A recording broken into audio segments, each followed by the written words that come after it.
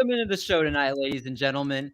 I am super pumped up, as I know Little Cheesecake and the Doc are, because we have a pristine guest joining the show tonight.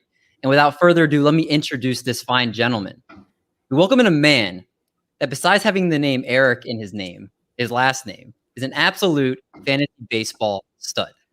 A co-founder of Rotowire, yes, that Rotowire. He's Rotowire's senior editor, host of Rotowire's Fantasy Sports Today on SiriusXM, and an FSWA Hall of Famer. This Northwestern grad is also a doctor of law and roots for a lot of teams that you can't help but feel bad for, like the Reds, the Bengals, the Red Wings, and the Pacers. We welcome in the only two-time winner of Baseball Writer of the Year from FSWA, the man with the rare combo of television face and a radio voice. It's Jeff Erickson in the house. What's going on, Jeff? We can forget about the television face. I mean, I have been on television before, and still shots scare the mice away and things like that. But no, thanks. Thanks so much for having me on, guys. I really appreciate it. Very kind of you, and I'm looking forward to this. It's always fun to talk baseball, especially early in the year when there's so much going on. Oh yeah, for sure. And so I first, before we get into the baseball stuff, I did stalk you on LinkedIn a little bit. Okay. Oh, wow. I don't know if that two-time winner thing is true, by the way, anymore. I think there's probably multiple two-time winners, I think, now, but I may have to change my bio. So I think it's awesome, kind of your story of how you got in the industry and kind of where you got to where you are right now. For those that might be living under a rock, can you kind of go through your journey to get to where you were with Rotowire and kind of how you're one of the faces of the industry? Sure. I always love retelling this one here.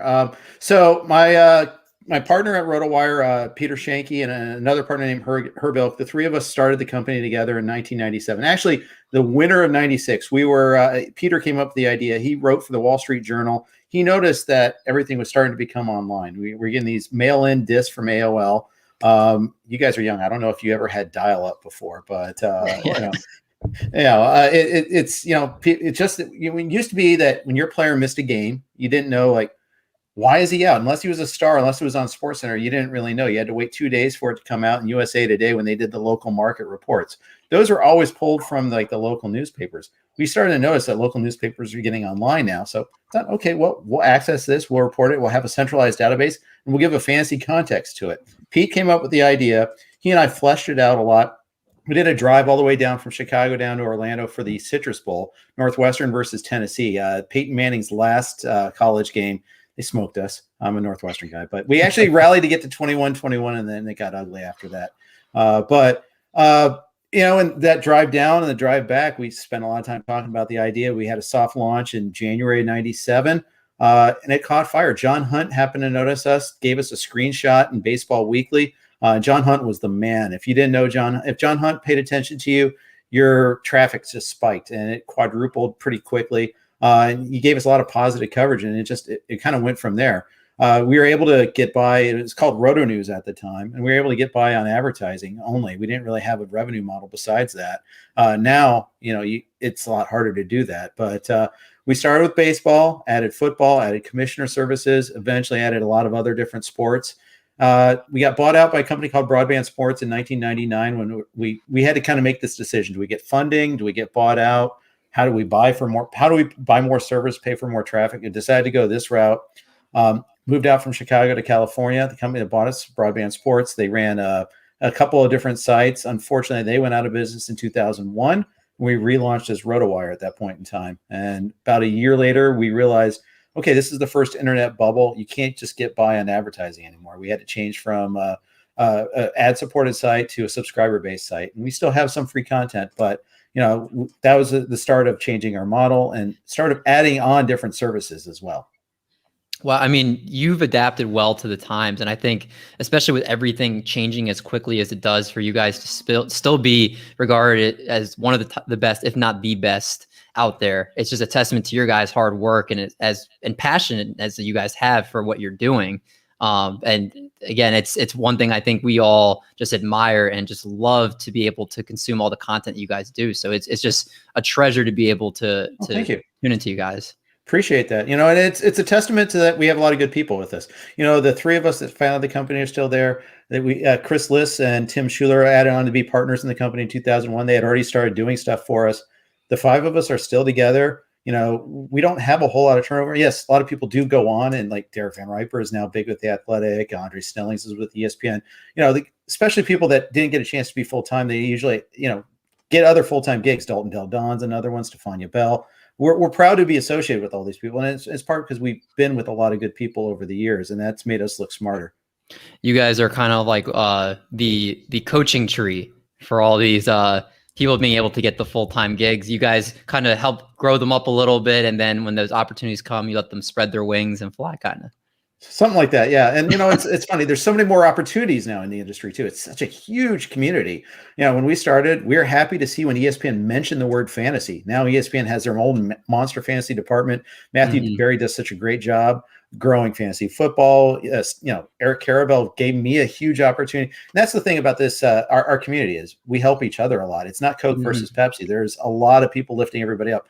I got a chance to be on TV because Eric Carabell said, "Hey, you and Chris, you guys can come on and help us out with this ESPN news gig thing that we do." And I got to be on the Fantasy Fix or the Fantasy 350 was called. Brian Kenny, Michael Kim, awesome people. Learned about that side of things. They were awesome, and it was great to do that. And XM came along. I have no background in radio. I was a poli-sci major. I'm a recovering attorney. Hey, well, let's do radio. Let's talk about that. I got to do some guest gigs before, but hosting is a whole different animal. As you guys know, just like hosting your pod here, and just getting involved in radio, it's been really cool. It's been quite a ride.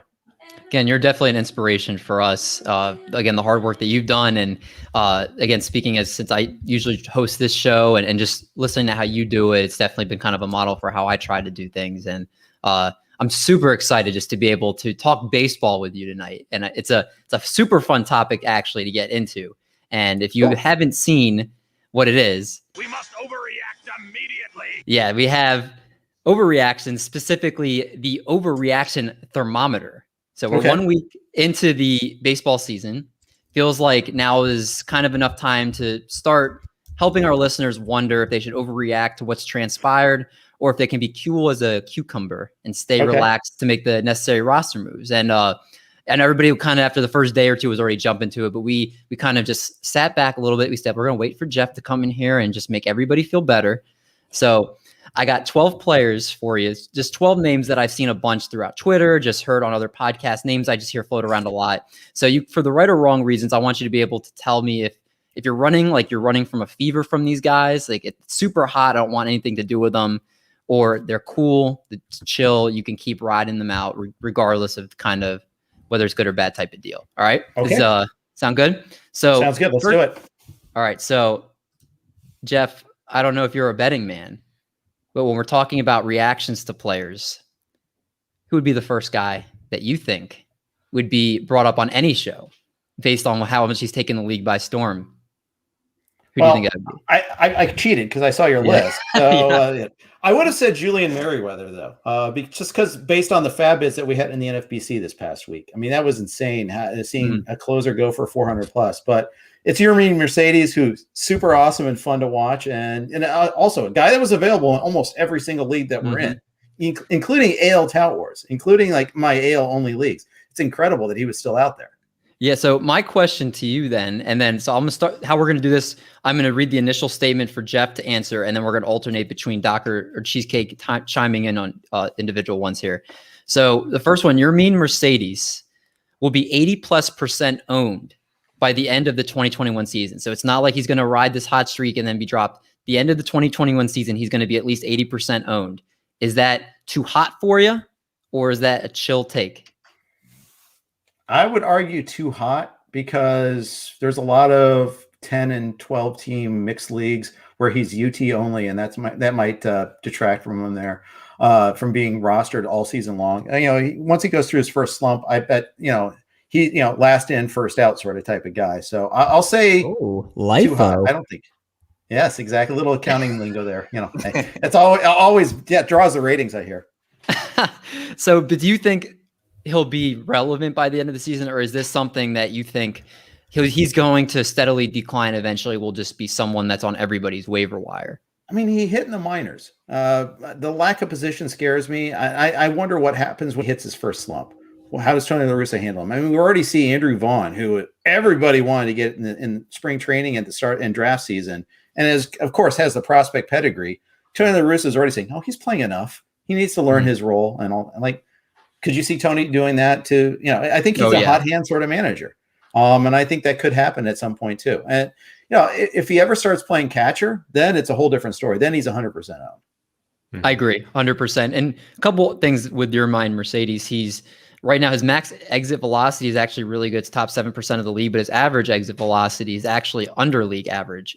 And so it's kind of one of those things. You're wondering, he's got an expected 400 batting average right now, so he's actually one of the best as far as the XBA is concerned. Cheesecake, right. I'm going to go to you here. What do you write streaming catcher and stolen base articles? Obviously, would have been awesome if you were on him first. Yeah, that would have been great. But so, what are your thoughts? Since you look at catchers so much, what are your thoughts on your mind, Mercedes? Well, that 632 BABIP that he had coming into today, I think that's going to hold up for about another day or so. But I'm with Jeff on this. I think it's a little hot to think he's going to be 80% owned. I'm not 100% sure he's going to be on the major league roster for the entire season. He's having a nice start to the season, but this is a guy who's been in the minor league since 2011. He's bounced around the Nationals, the Orioles, the White Sox. So he's not really distinguished himself as someone who has been who people want to hold on to promote.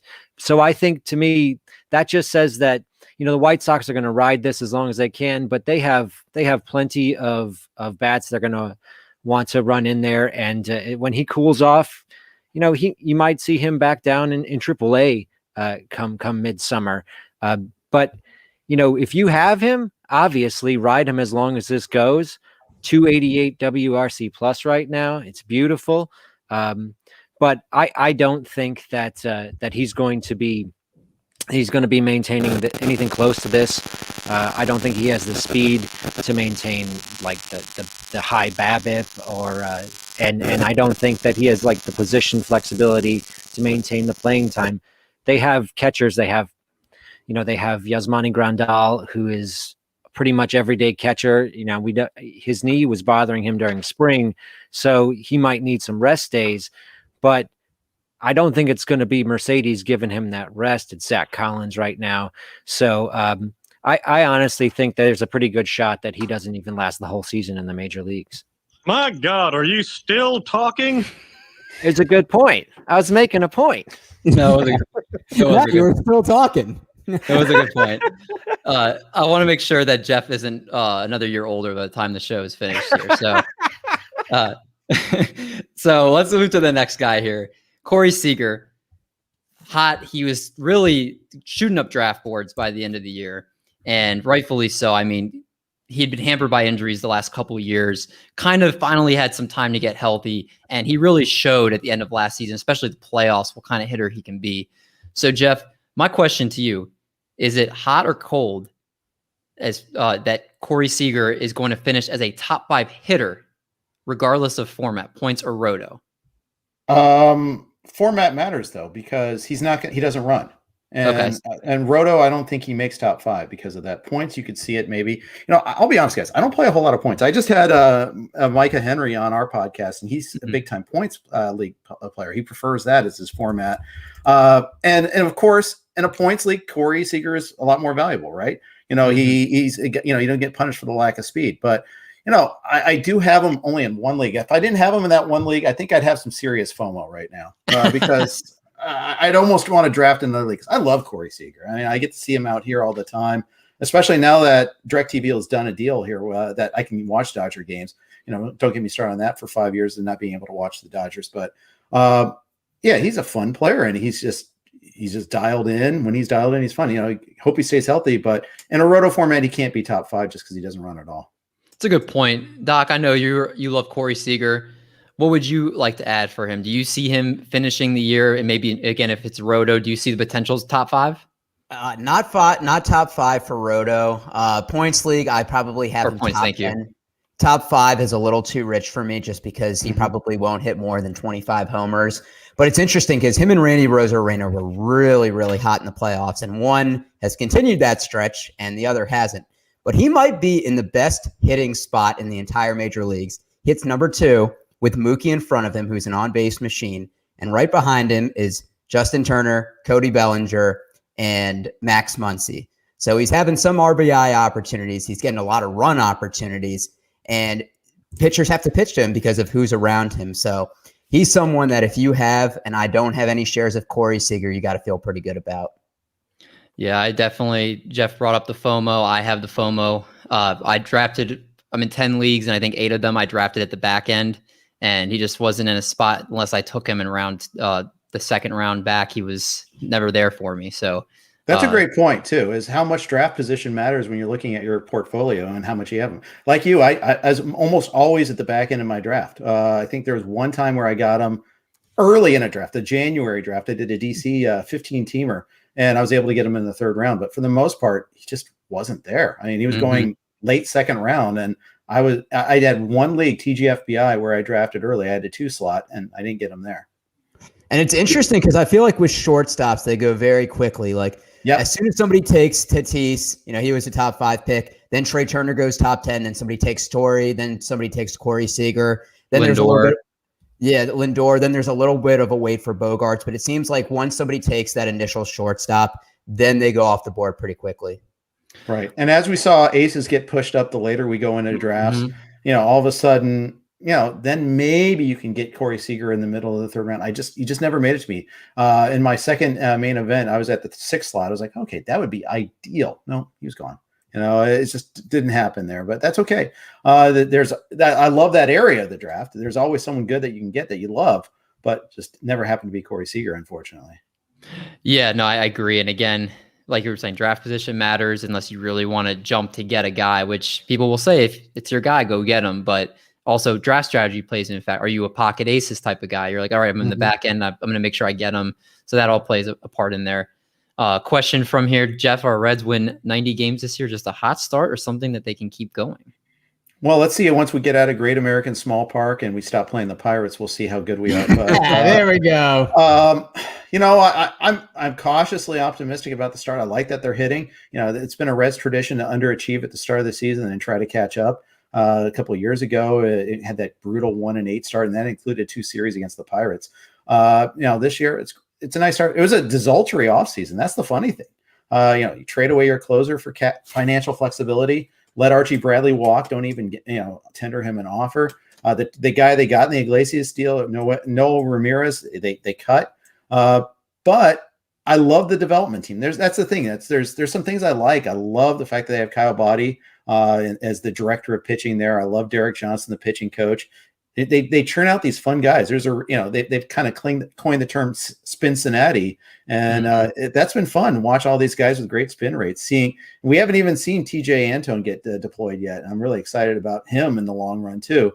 But it's the hitting. It's been pretty fun. Seeing Castellanos get off to a good start, seeing Tyler Naquin be able to contribute like he has been great. They're in the right division. Only the Cardinals did anything towards adding much to the roster to try to compete for this year. The Cubs subtracted by trading away Darvish. The Brewers really didn't add much. They're counting on bounce backs, and that's kind of always sketchy to see. Oh, we're just going to get better on our current roster. Of course, the Reds had the same approach. We'll see if that works. Yeah, it's very interesting, and they've been crushing the ball. So it's been fun to watch, especially if you have a lot of Reds on your team. So I want to go to this next guy here because this guy has been a very polarizing presence recently, and that's Sandy Ace Quintera. He's been pitching like an absolute ace, a monster on the mound. I mean, if you're looking at his numbers, first of all, you go to his StatCast page. If you're a bull, you're going to destroy your computer because it's all red. Makes him very angry. But you look at his stats: 1.5 ERA, 17 strikeouts in 12 innings, 0.83 WHIP.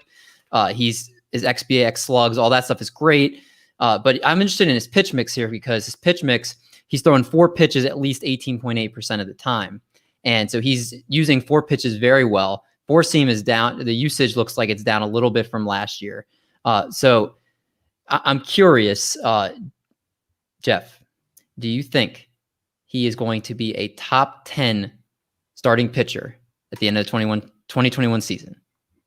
Wow, that top 10's a pretty high, big ask. I will say he's going to turn you a profit if you've got him. And this is also this is self-fulfilling prophecy too, because I have him in 6 leagues. He's my most drafted pitcher. Unfortunately, I don't have him in either main event, but I do have him in a lot of other places. I love him. The velocity usually translates into strikeouts eventually. That was always the concern. His K to walk wasn't what we wanted to be. K percentage minus walk percentage wasn't quite there. But guys like that get there usually. If they have that sort of nasty stuff, and he's gotten better command this year. That changeup is just filthy. I love watching that. I'm all on board the Sandy train. I'd like to see him get some run support. He still doesn't have any wins, and that's also something that could hold him back. Even though every metric we look at, it's supposed to be more predictive of how well he pitches, but the fact is we score with wins, and that's a problem because the Marlins aren't scoring much for him, and their bullpen's lousy. Yeah, and you mentioned that changeup. The changeup has a 50% whiff percentage on it. And is that something you'd be interested in? Yeah, Oh. I mean, it's amazing. Woof, dog. I mean, it's interesting that he flip-flopped the usage of his changeup and his fastball this year, and it's getting that type of results. I think he touched 99 pretty consistently in his last start, so he's got the velocity too. I mean, I'm just mad I only have one share of him, but yeah, he's looked like a totally different pitcher. You go out there and you have that guy that you're just like, you know what? I'm not ever worried that he's going to blow up. Besides like the guys, you have the Jacob deGroms, the Garrett Coles, the Shane Biebers. You're like, yeah, I'll just plug them in and then just see how well they did. But like he's slowly he's getting to that point of just how he's You're going to jinx him his next start, David. I probably am. Doc, I know you were very passionate also about Sandy. So why don't you give us a little info about him? Yeah, so, top 10 is tough. If you didn't count wins at all, I would say for sure. And I think his success goes back to last year. He's somebody that was very low down boards.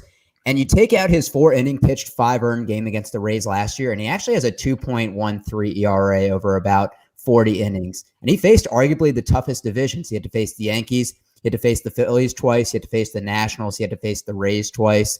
And in 2019, the year before, he had 14 losses, which was the most in MLB, but he had a 3.88 ERA. So my worry is that he's getting that Jacob deGrom, syndrome where he pitches really well and either gets a no decision or a loss. But he keeps the ball in the ballpark too. He only allowed 4 home runs last year.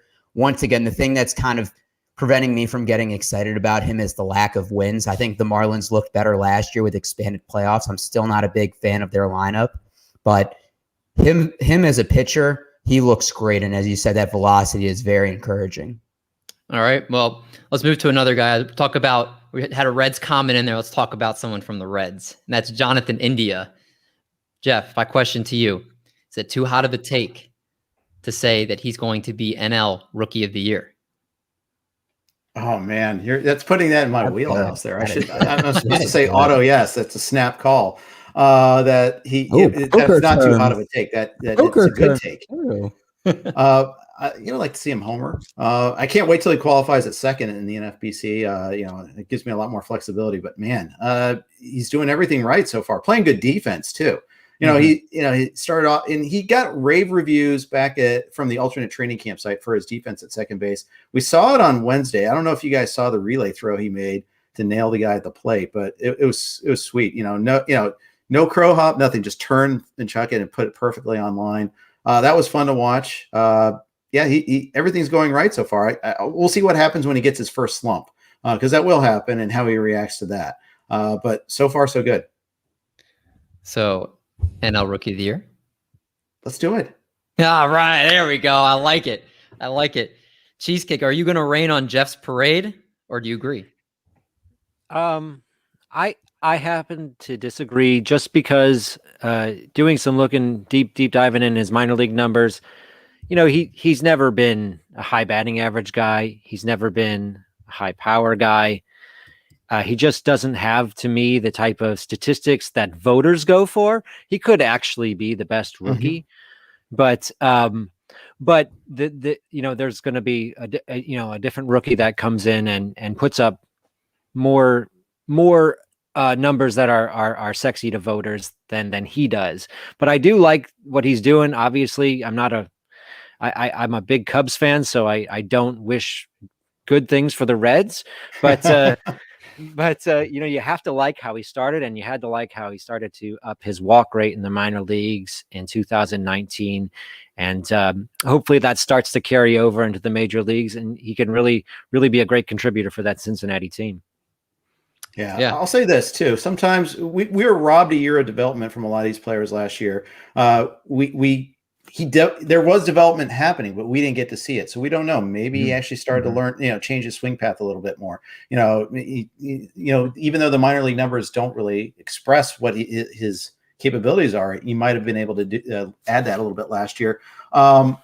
He also has the pedigree, 5th overall pick in his draft, so there's some expectation level. The other thing I'm kind of curious about is, and I don't even know the answer to this, is who's eligible this year. Like, for instance, is Dylan Carlson eligible? Because he'd be a big threat, for instance. Yeah. Is Ian Anderson eligible? Because those are two guys I think that could be big time NL candidates. Brian Hayes, I'm almost certain, is eligible, but he's already hurt too, and it's the Pirates and the Malays that's all over them. So we'll see. I mean, those are 3 immediate guys that come into mind as threats, and Jazz Chisholm could be that guy. It's one thing to be able to take the field; it's another to say, "Oh, India is my guy." But here we are. But that's why we're taking hot takes too. That's right. Exactly. It's the overreaction thermometer. We're just measuring if it's hot or cold. I like it. Let's move to this next guy here. You already alluded to him, Jeff, so we may not put it off any longer. Julian Merryweather took the Fab world by storm. The bids on him were just mind-boggling. 300. Can we say how much he went for in each of our leagues? I don't think people care about in our TGFBI leagues how much he went for. So let's. Sure, it's a good barometer. Well, actually, it's funny is TGFBI. I think he either got taken a week ahead of time in my league, or he wow. Yeah, so we didn't have that helium, but like in my main events, it was 412 and 317 respectively. Oh my goodness! Yeah, and it was 335 in mine. Yeah, I was like, wow, oh my gosh. And that's absent an announcement. It's not like Charlie Montoya's come out and said he is our closer. He hasn't. It's just that's the way he was used on Sunday. But Jordan Romano is still a good pitcher. He's still there. And I think there's still a reasonable chance that Romano still gets some safe chances too. And when he pitched the 8th against the Yankees on Sunday, it was at the top of the order against the Yankees lineup in Yankee Stadium, and he came through just fine too. It's not like he's failed. It's just that's the way it's worked out for Merryweather. Yeah. So then my question is, if you had to call it right now, who finishes with more saves, Merryweather or Romano, as it stands on April 8th? I think it'll be Romano still, to be honest. I mean, I was bidding on Merryweather because who doesn't need saves this time of year? But I think it's probably close. I mean, it could be like 20 and 20 apiece. But it definitely wasn't worth in your mind. I'm not saying it's anything really is worth $300 or $400 fab dollars, right. But you feel like more. I think I bid like $40 on him. What would you say would have been a good bid? A good in your mind? Well, I was aggressive. I thought I was aggressive at least, but I didn't finish top 2 in any. TGFBI I actually finished second. Actually, I remember now it was a lower bid. I bid 137. He went 173, but he did get taken ahead of time. He just went for a lower amount, maybe because more people spent early because we had an earlier draft. Right. I think, and that's always funny. You have to calibrate for your league, but I think 15 to 20% of your fab budget's fine. Especially if you have granular, like where it's 1,000 instead of 100. Like LABR, it's only 100, so each individual dollar matters a lot more. There's no $0 bids. There's no trading a fab, so it goes by pretty quickly. But NFBC, it's 1,000, so you get a lot more units to play with there. Cheesecake, what is your thoughts on Mr. Merryweather? Do you feel like he could be the closer there? Do you think if you have Romano that you're fine, you shouldn't be freaking out? What are your thoughts on this whole Toronto Blue Jays bullpen? Well, I'm pretty sure that Merryweather is still not pitching back-to-back days, and I think that is going to be something that's going to be maintained for a while. And because of that, I think that it's going to be sort of a 50-50 situation, and any sort of faltering by Merryweather, and Romano's right there to step in to take that position. I think probably that it's going to be sort of mix and match wherever Romano's going to be facing, like Jeff said, the top of the Yankees order in the 8th, or he might be sort of the fireman. But I think, you probably see 50-50 saves. I think Jeff was right on with that. 50-50 saves between the two of them. Yeah, it's very interesting to see how that plays out. Obviously Toronto's expected to win a lot of games, so I think that's going to help as well. It'll give them the opportunities for hopefully both of them to be relevant. And if you landed both, all right. So that's last question before we move to the next guy, Jeff. If you have both, would you play both of them in your lineup? Yeah, especially early on. I mean, this week is maybe tougher because this upcoming week might be tougher because some of the aces might have 2 starts. And if it means there's fewer spots open, but otherwise, yeah. I mean, I think we're going to have to be really cognizant of when to use our relievers because these relievers are getting more of our wins too.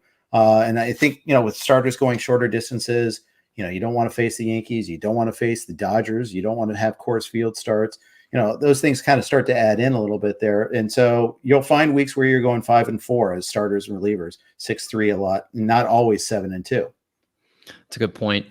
This next guy I want to just touch on really quick. Not too much over analysis on him. He's actually hasn't been mentioned. It's just bothering me. Andrew Benintendi. Is he droppable in 12 or 15 team leagues? Obviously in 10 team, he's probably not owned, but 12 or 15 team leagues, are you dropping him? I'm not because I don't have him, but I got burned way. Sometimes when a guy burns you, he owes me. You take that approach, and sometimes you also take never Benintendi. I'm a never Benintendi guy. I think people were kind of optimistic. His draft price was so low. He's in a new environment with less pressure on him. He could give you some steals. I think that allure was there. Doc, real quick, you're not a Benintendi fan, are you? You're just... No, I mean, like Jeff said, he's the type of guy where he burns you and you never want anything to do with him again. I mean, his averages decreased the past couple of years from 290 to 266 to 103 last year. His K rate has gone up from 16% to 22.8 to 32.7. Never been a big walks guy. And I think sometimes the narrative of, oh, he's getting a new environment, he's getting out of a city like Boston or New York, because we've seen people like Sonny Gray do well in new environments, even though he's a pitcher. I think his draft price was worth taking a flyer on him, but I wouldn't hold on to him any longer. Okay, let's move into this next guy, and let's get interesting. Shohei Ohtani. He's going to hit 30 home runs and pitch 100 innings pitched of an under 4 ERA. Jeff, is that too hot, or is that just right? Is that cool? How many innings did you say? I said 100 innings of under a 4 ERA. 100 innings, I can sign to that. I'd say no more than 120, which is fine. I mean, the thing about him is, how do you have to use him in your leagues? Like, I know, for instance, in Yahoo, there's the 2 Ohtanis. Same with Tout Wars.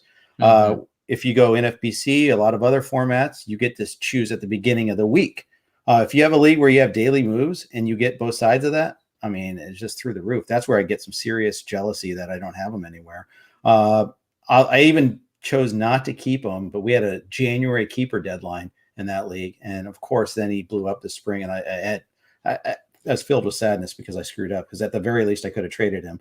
But yeah, so it goes. But yeah, I'm rooting for him just from a baseball standpoint. I think he's such a fascinating player. I am seriously skeptical that he holds up physically, though. Yeah, I'm that's why I had the 100 innings, because I was like, okay, I feel like there's no way he can give a full starter's workload. And I'm just interested in the fact that he threw 100 in a game, and then I think it was like 114 mile exit velocity off his bat or something on one of his home runs the other day. It's like, that's nuts that you can do both. Right. Doc, I'll go back to you real quick. Those projections on Ohtani, is that too hot?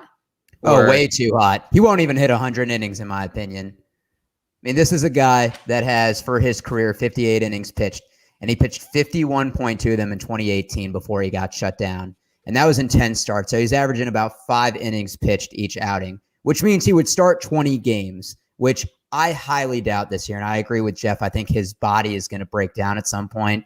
I think you're going to see some overuse injuries, because how many players hit and pitch as consistently as he does? He's exciting to watch. He has 2 home runs. He has 2 stolen bases. He threw 100 the other day. I think he's a great baseball player to watch. But once again, I think if you get him on your fantasy team, that's when it's a little bit of a headache, especially like Jeff said, in certain leagues, you can only use him as a hitter or a pitcher for the week. Right. All right, then let's move to another guy here. One of my personal faves, Ketel Marte, who I cursed at my phone when I saw that he pulled up on with his hamstring. Took him as my 5th round pick in one of my leagues and one of the points leagues we play in. Absolute stud machine. Jeff, this take might not be as good anymore that he's hurt. But at the time I wrote this, I said he's going to be the top second baseman in fantasy baseball. Now you can put that in whatever format you want to put it in. Would it check out for Roto or points for you? No, because I think Whit Merrifield is going to top him. I think he's all locked in, and I think the speed again. Now, in a points league, it might have had a chance. It could have been a contender, but I think this is going to be a longer term injury now. I think it's just he's going to miss too much time. I hated that he couldn't walk off the field without any help. I hated that they put him right on the IL. I mean, I'm glad that they did it so they don't try to rush him back too soon. But the fact that they were able to do that without really any thought, that it shows to me that this is pretty bad. I hope I'm wrong because I have him in a couple key places. I'd like to see him healthy, but it's not looking good. Jeff, you're breaking my heart, man. I know. Cheesecake, are you gonna save me? Are you optimistic about this? Do you think he has that upside? I guess in points formats, do you think he could be the top second baseman? No, I think that you should go out and pick up Tim LeCastro as his replacement, get some of that speed. I think he's going to be regular. He could steal with regular plate appearances. But that being said, I think Marte, I think he's, these types of soft tissue injuries, they tend to linger. Hamstring injuries are especially difficult to forecast. I heard a forecast of 4 to 6 weeks today. That'll kill his chances of getting top second baseman. I hadn't heard that timeline, so that definitely takes that question out of there. So let's move then to a guy that people are taking their victory laps right now, I think more than any other player, and that's Nate Lowe, who is been absolutely destroying the baseball. I think he's still number 1 in RBIs.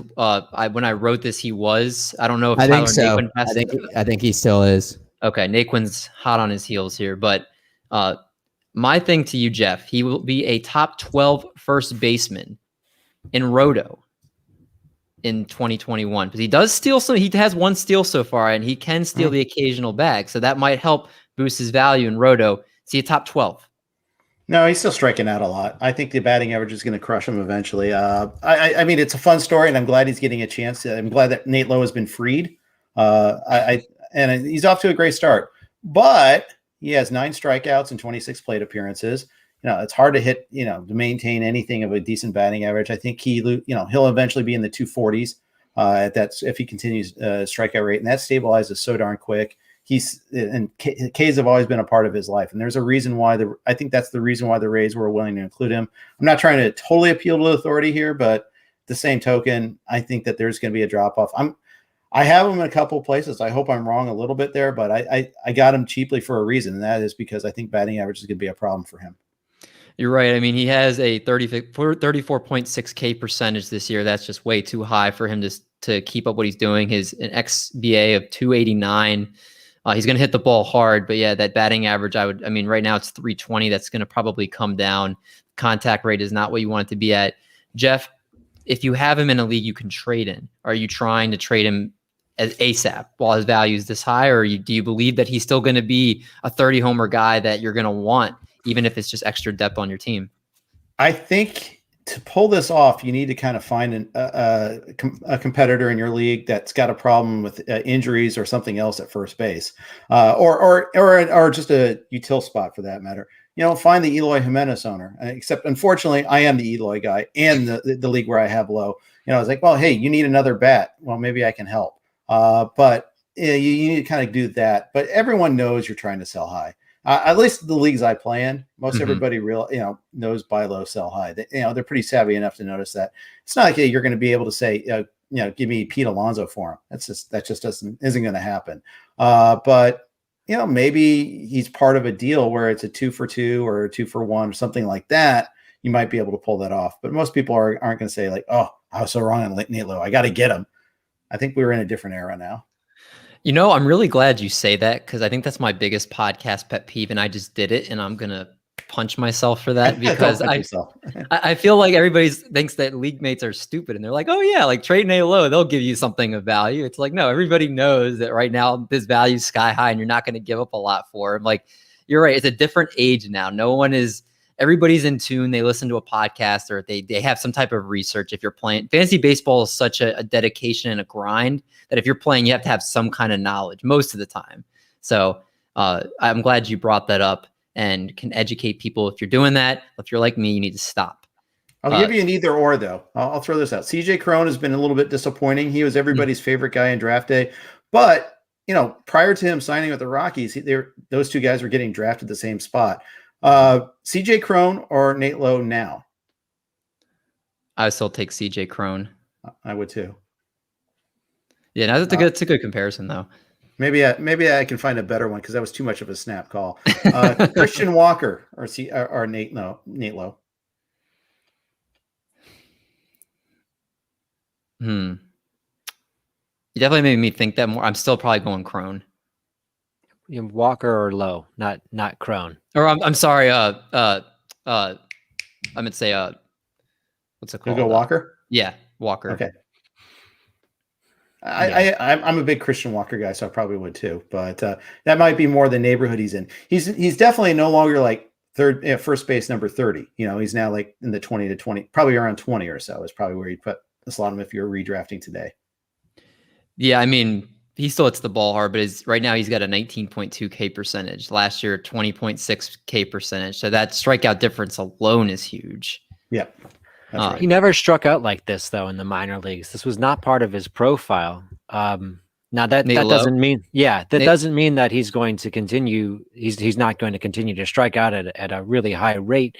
A lot of players, the pitching is much better in the major leagues, obviously, but with further development, it might have happened this year. I think he will lower that strikeout rate considerably. He was about a 20%, less than 20% strikeout rate guy in the minor leagues. So he didn't have that profile of having tough contact when he was young coming up in Tampa Bay. So, part of my hope, I drafted him as my corner in TGFBI, and I've been loving what I've gotten from him so far. But, part of my thought was that, this is someone who really did not play to his skills in Tampa Bay, and given full-time run, he might play to his skills, but you never know. There's slider usage is higher, pitches are coming in faster, better pitching. He could just be a true 29-30% K rate guy. Yeah, we'll have to see how that plays out. I want to go to a couple bullpens real quick. Got a few more guys we'll get through really quickly here. Diego Castillo. Jeff, is he going to get 30 saves for the Rays? I'll say no. That's the safe guess, right? Kevin Cash is going to play with us. He has gotten the first 3 chances, albeit he blew one. But it's just typically I think he's going to need Castillo in some other key moments over the course of the season. I still think Pete Fairbanks gets a few saves here and there. The fact that they've lost so many guys, like Chaz Rowe being the latest, that might change things a little bit, but I'll still take the under. I think it's the safe bet. Doc, besides trashing Kevin Cash and how he doesn't care about your fantasy team, is there anything you would like to add to that? No, I'm actually going on the over in this. I know this is surprising. So he had 12 saves prior to 2021. He's only 27 years old, so he's still kind of young. And he's always had a good whip, but the main issue has been control. Because from 2018 to 2019, he had 10 wild pitches and 7 hit by pitches in 125.1 innings. In the 25 that he's pitched since then, he only has 1 hit by pitch. So I think that was probably one of the big dings on him. But you look last year, the Rays had 23 save opportunities. Nick Anderson got 6. He's gone. As you mentioned, Chaz Rowe is gone. John Curtis is gone. Sleggers is gone. So I think that's going to provide a lot more opportunity. I think Kevin Cash might be actually simplifying things this year. I don't know. That's a bold thing to say. I saw somewhere. And I'm the one that never goes with Kevin Cash. I know you don't. That's why I was prepared for you to bash him. I saw somewhere, and I don't remember where, and I can't find it, but someone tweeted out the other day Pete Fairbanks innings that he came in like over the last, year plus. And it's like 4th inning, this number, 5th inning, this number, 6th inning. It's like literally he's been in like every inning, and it's not like one inning over the other by a large amount. He's just like comes in at every inning of the game throughout his career. Yeah, So, but his career, it's evolved. He's gained the trust of Cash, including in the playoffs. I mean, if you look at that, I mean, of course, when guy breaks into his career, he's going to get used all over the place. I think he's in that circle of trust a little bit more. So I think it's a little different with Fairbanks, at least. Blake Snell wasn't. No, he wasn't. Yeah. I have a hunch though that there's more to it than that with Blake Snell. I mean, I think the attitude stuff might be something that might wore on them just a little bit there. Whether it was like all the stuff he said, like when he was playing video games and was broadcasting on Twitch. Yeah. Or, so you could see him mouthing those words walking off the mound a couple times in the playoffs. I don't know. And plus they always felt like they had to baby him because of his pitch count would get risen up so high so quickly. So I don't know. I mean, there's something to it there that's like, I think they miss him, but at the same time, I think that was a purposeful trade too. No, I think so. And I'm sure you can see he's happy to be out there. I think he liked Tampa, but I don't think he liked everything that was going on in the Tampa clubhouse. So last bullpen guy I want to talk about, Alex Reyes, who they talked about. He was going to go 100 innings this year. People, I think, were thinking he was going to be like a Josh Hader type of role. Comes out and he's the Cardinals closer to start the year. So, Jeff, will he stay the Cardinals closer all year with Hicks and Gallegos setting him up? Are we going to have a committee? What's going to happen with that? I don't know. You tell me. If you could tell me, then I could react accordingly. No, I mean, I think the simple answer is if he continues to pitch as well and he doesn't blow saves badly, then I think he keeps it. I think Gallegos is probably next in line over Hicks. Hicks looks great, but it seems like that's the hierarchy right now. They trust Gallegos in those 7th and 8th innings more than they trust Hicks. Hicks is probably the third choice, which is a shame because I've got Hicks in like everywhere and I have no Gallegos or Reyes, which I'm stunned at because I should know better at least that, can't really trust Hicks. We were talking earlier about guys with great stuff that don't have the strikeout rate. Hicks is that guy. I mean, he's just as a reliever, he hasn't had the strikeout rate before. Doesn't mean he's never going to get it. And in fact, I think this is a year of development. Maybe by the second half of the season, they trust Hicks in that role, but maybe they like him pitching the 6th and 7th. Maybe they feel like, okay, he's this guy that kind of is the bridge guy. Maybe he can throw 2 innings too. I think it's almost going to be like one of those things where, the results will dictate the next usage. Yeah. And I think it's kind of interesting because the reason I brought it up, you don't think they'll be tempted at all, even if Alex Reyes is having a great year as a closer. You think they'll be tempted at all to try him in a multi-inning role or try him for a spot start or piggybacking after an opener? Do you think they try to experiment with that at all?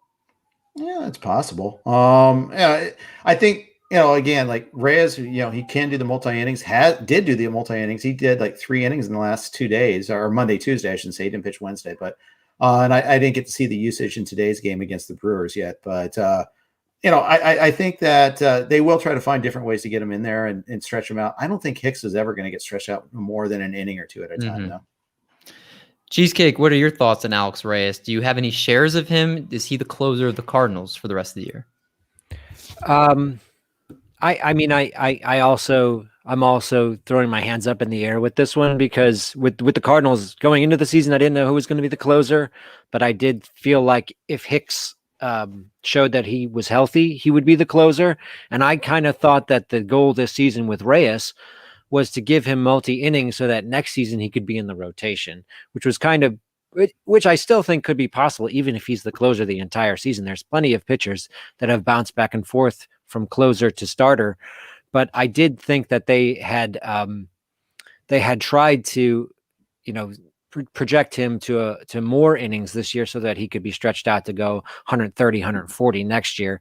As a closer, it's really hard to get to that 100 innings.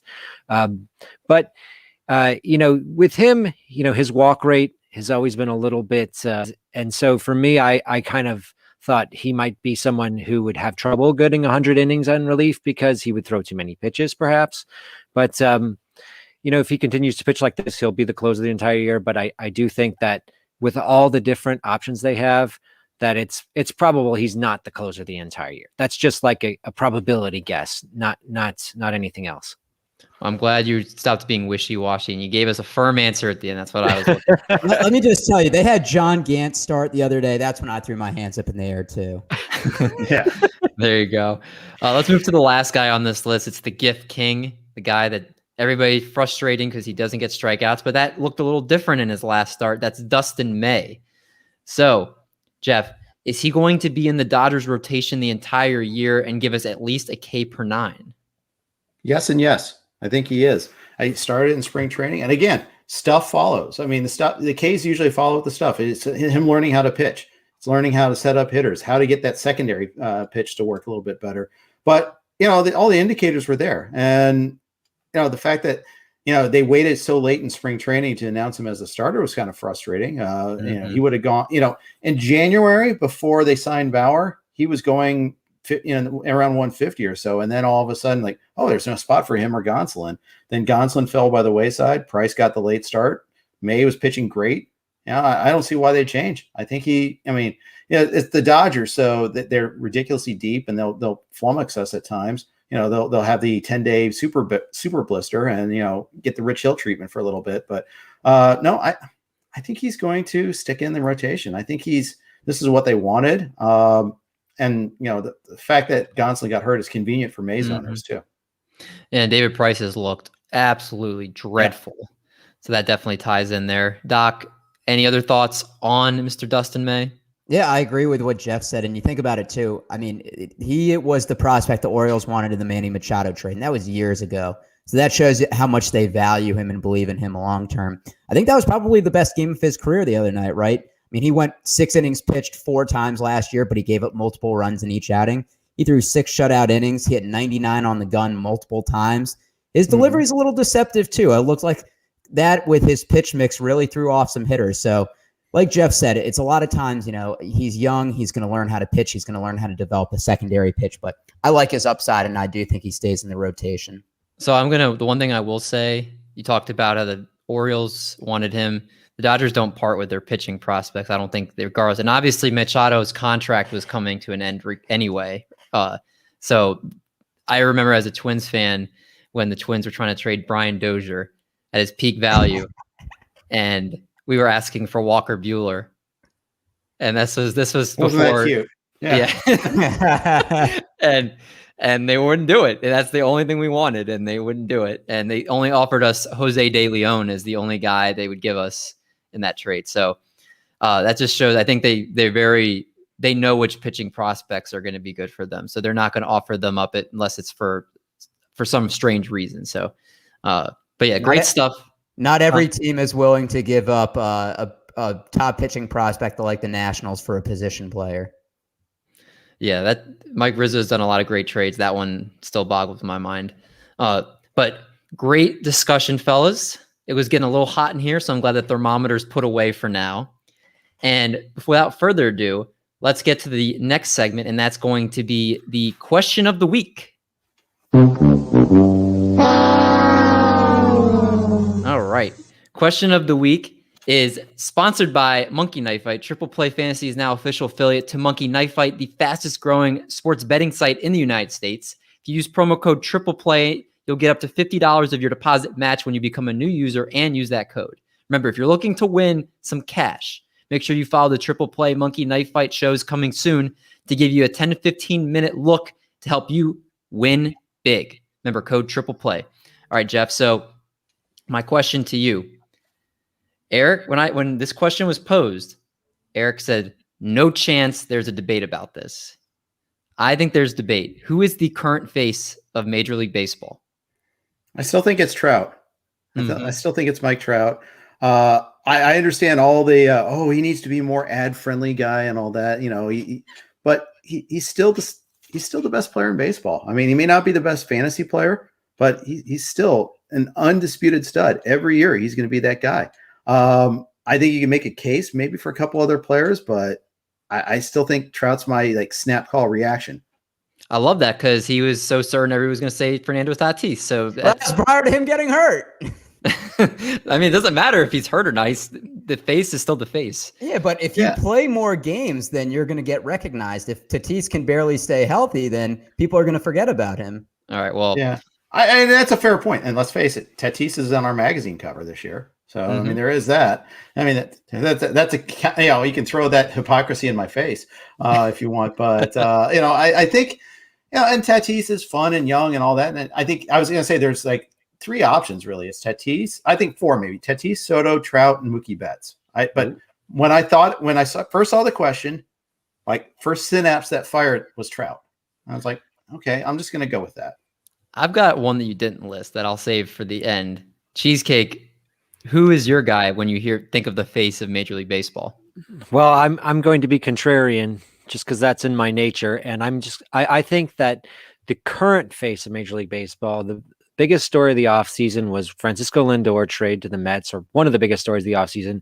He goes to a huge franchise that's making moves this year to try and be good. He's an electric player who plays with a lot of enthusiasm, and he's in a huge market, and people love to watch him play.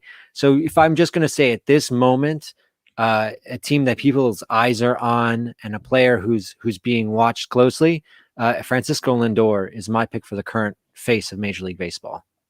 Oh, I didn't expect it to go that way. I mean, he plays for a big market. That smile is infectious. I could see it.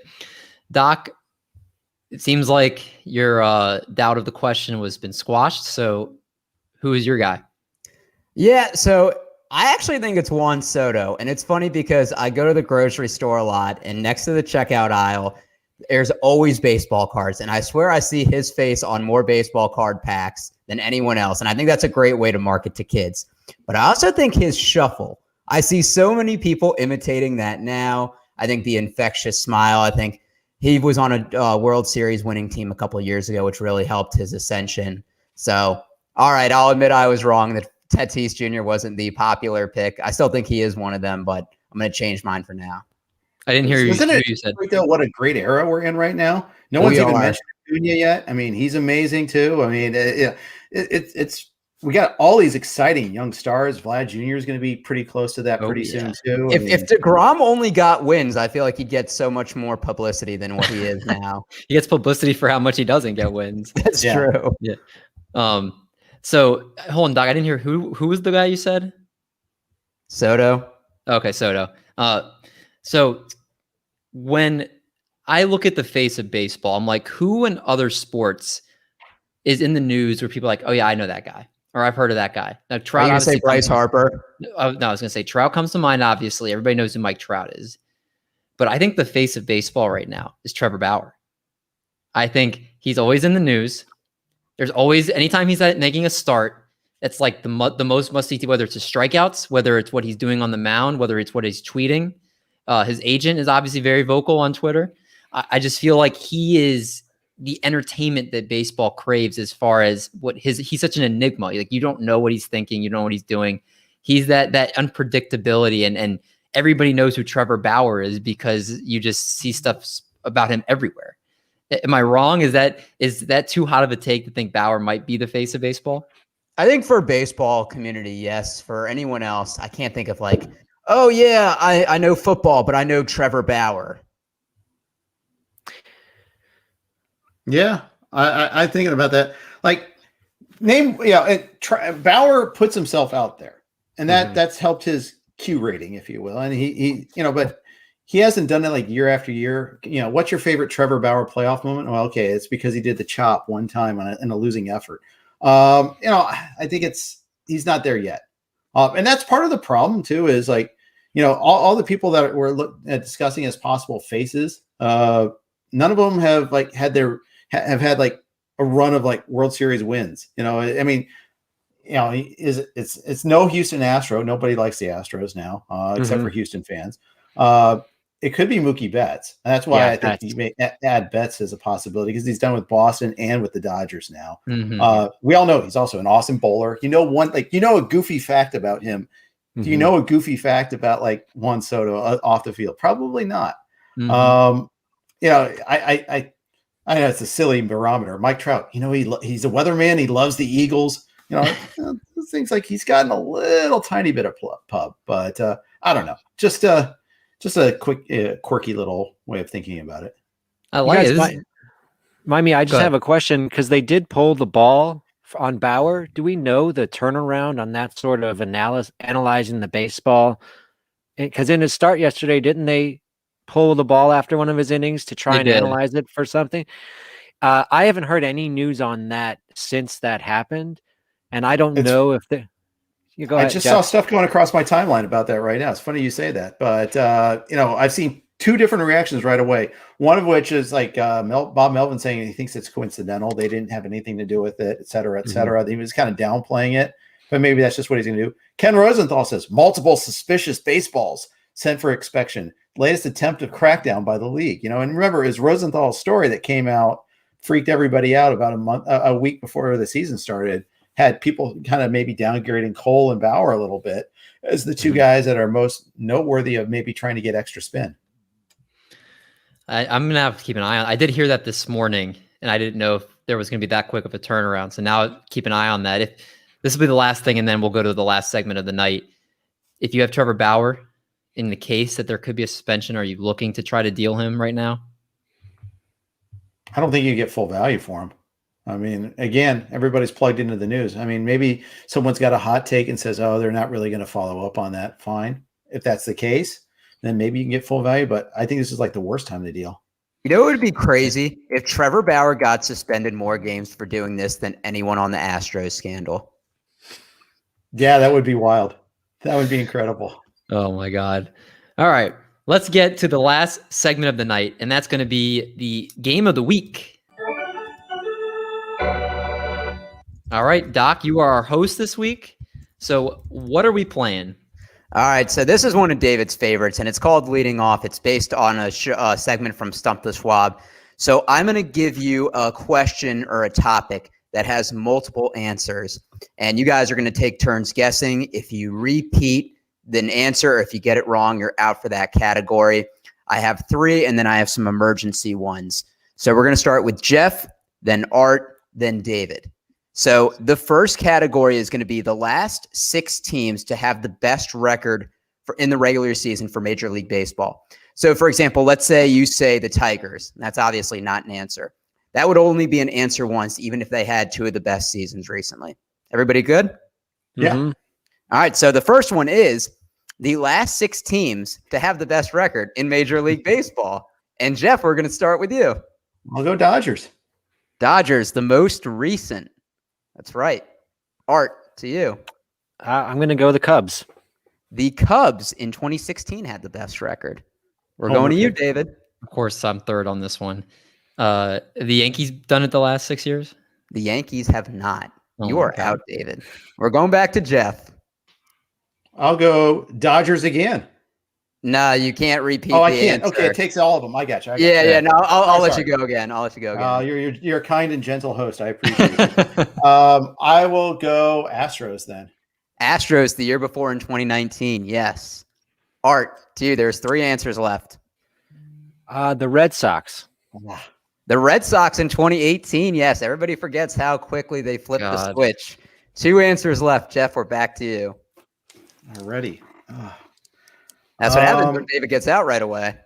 Mm-hmm. All right. Give me. This is bad. I'm gonna say Nationals. The Nationals are incorrect. So Art wins this category. The last 2, the Cardinals in 2015 and the Angels in 2014. Wow. I forgot the Angels were that good then. Not have gotten the Angels right. Mm-hmm. They got All right, swept so in that series by the Royals. So Art's got 1. And the flip side of the coin, who are the last 6 teams to have the worst record in MLB? And we're starting with Art. The Pirates. The Pirates, the most recent losers. David, you get the number 2 now. You better not get out on this. The Tigers. The Tigers the year before. To you, Jeff. Yeah, you got to think of this in terms of like who had the first overall draft. Who had the first pick? Yep. Good one. Let's go with man, I'm getting stymied on this one here. I shouldn't. It's too soon. Give me I don't know. It hasn't been them. Let's go Orioles. I was waiting for you to. They had it in 2018. I was going to say Adley Rutschman. I almost bonked that one. All right, Art, back to you. There's 3 answers left. Oh gosh. Number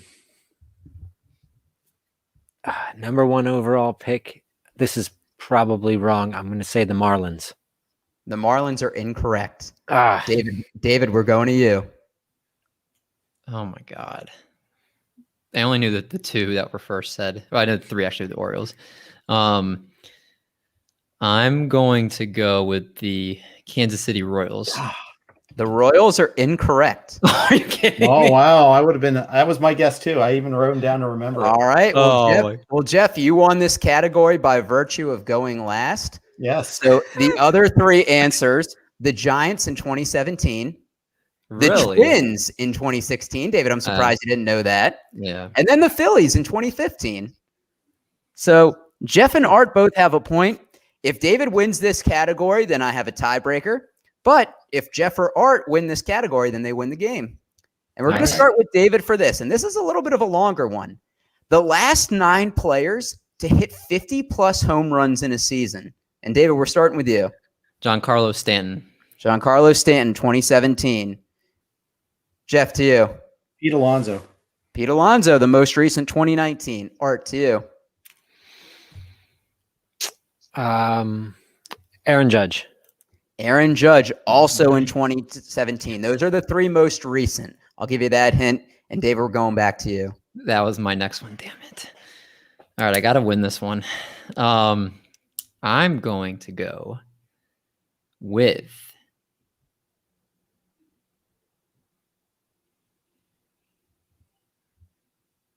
JD Martinez. JD Martinez is incorrect. So we're going back to All right, Jeff. now it's an elimination guess here. There's 6 answers, but I'm going to say this. Jeff, if you get it wrong, Art has to get one right to win. Okay. All right. Let's go Trout. Trout is incorrect. Art, there are 6 answers left. Name someone who hit, in the last 9 players, to hit 50 home runs in a season for the win. Okay. He won on a walk-off last week too, I think. Didn't you? Yeah. I'm just trying to think about nine players. Barry Bonds. Is he among the last 9? Barry Bonds is incorrect. So we're going to go back to David with this. Ooh. Oh, I'm back in. Brings him back into the game. I like You're it. back in. You're back in since you guys all got it wrong. It's like press your luck where you get put back into the game. You guys want a hint? Do you guys want a hint? Yeah, give us a hint. Okay. The last 6 players, the home run seasons were between 2006 and 2013. Albert Pujols. Incorrect. Oh. Back to Jeff. A-Rod. A-Rod in 2007 is right. Yeah. So Art, you need this to tie. If not, Jeff wins. Oh goodness. Oh my goodness. Josh Hamilton. Josh Hamilton is incorrect, which means Jeff wins the game. The other answers: Chris Davis in 2013, Jose Bautista in 2010, 2011, Prince Fielder in 2007, Ryan Howard in 2006, and David Ortiz in 2006. I had Ortiz on my list. That was the only last guy I had left on my list. All right, man. Well, Jeff is the winner. How did nobody get Jose Bautista? I'll quickly forget. It reminds me of a little story. One of the worst fantasy trades I ever made was a score sheet league, simulation league, right? This guy named Aaron Judge had a terrible rookie call up. If you remember, he struck out like nearly 50% of the time. Yeah. And this is an AL only score sheet league. Keep it like 15 guys. I'm like, I can't keep him as a minor leaguer anymore. I don't know. I'm gonna go for it one more year. I'll trade for Jose Bautista's last season for Aaron Judge. That didn't work out very well. Well, Jeff, does this win in the triple play fantasy game of the week help the pain at all? Oh yeah, it totally restores my money. Well, Jeff, you took down the game. We had an absolute blast with you on the show. Thanks so much for coming on. It was a ton of fun for us. Hey, this is fun. I love the format there at the end. The game at the end, that's something new I hadn't seen before. I love it. Thanks so much. We like to have a lot of fun, and we like to talk a lot of good fantasy information, and the question in the game always to kind of loosen the mood a little bit, have a good time. So can you let our listeners know, in case they're not familiar, I don't know why they wouldn't be, anything you're working on, or where they can, read your work, projects you're doing, anything like that? Sure. I mean, always follow me on Twitter at Jeff_Erickson. We try to steer people to the website, rotowire.com. If you guys aren't on Rotowire, just you can check it out if you'd like. We have a free 10-day trial, rotowire.com/free. And of course, I'm overexposed. I'm on SiriusXM 5 days a week, 3 baseball podcasts a week. So I stay busy. But it's a blast. I get to write and talk about fantasy sports for a living. And it beats being a lawyer, that's for sure. I love it. I love it. Jeff is one of the greatest followers in the community. He's super knowledgeable, if you already couldn't tell, and such a nice guy. So make sure you're following him if you're not already.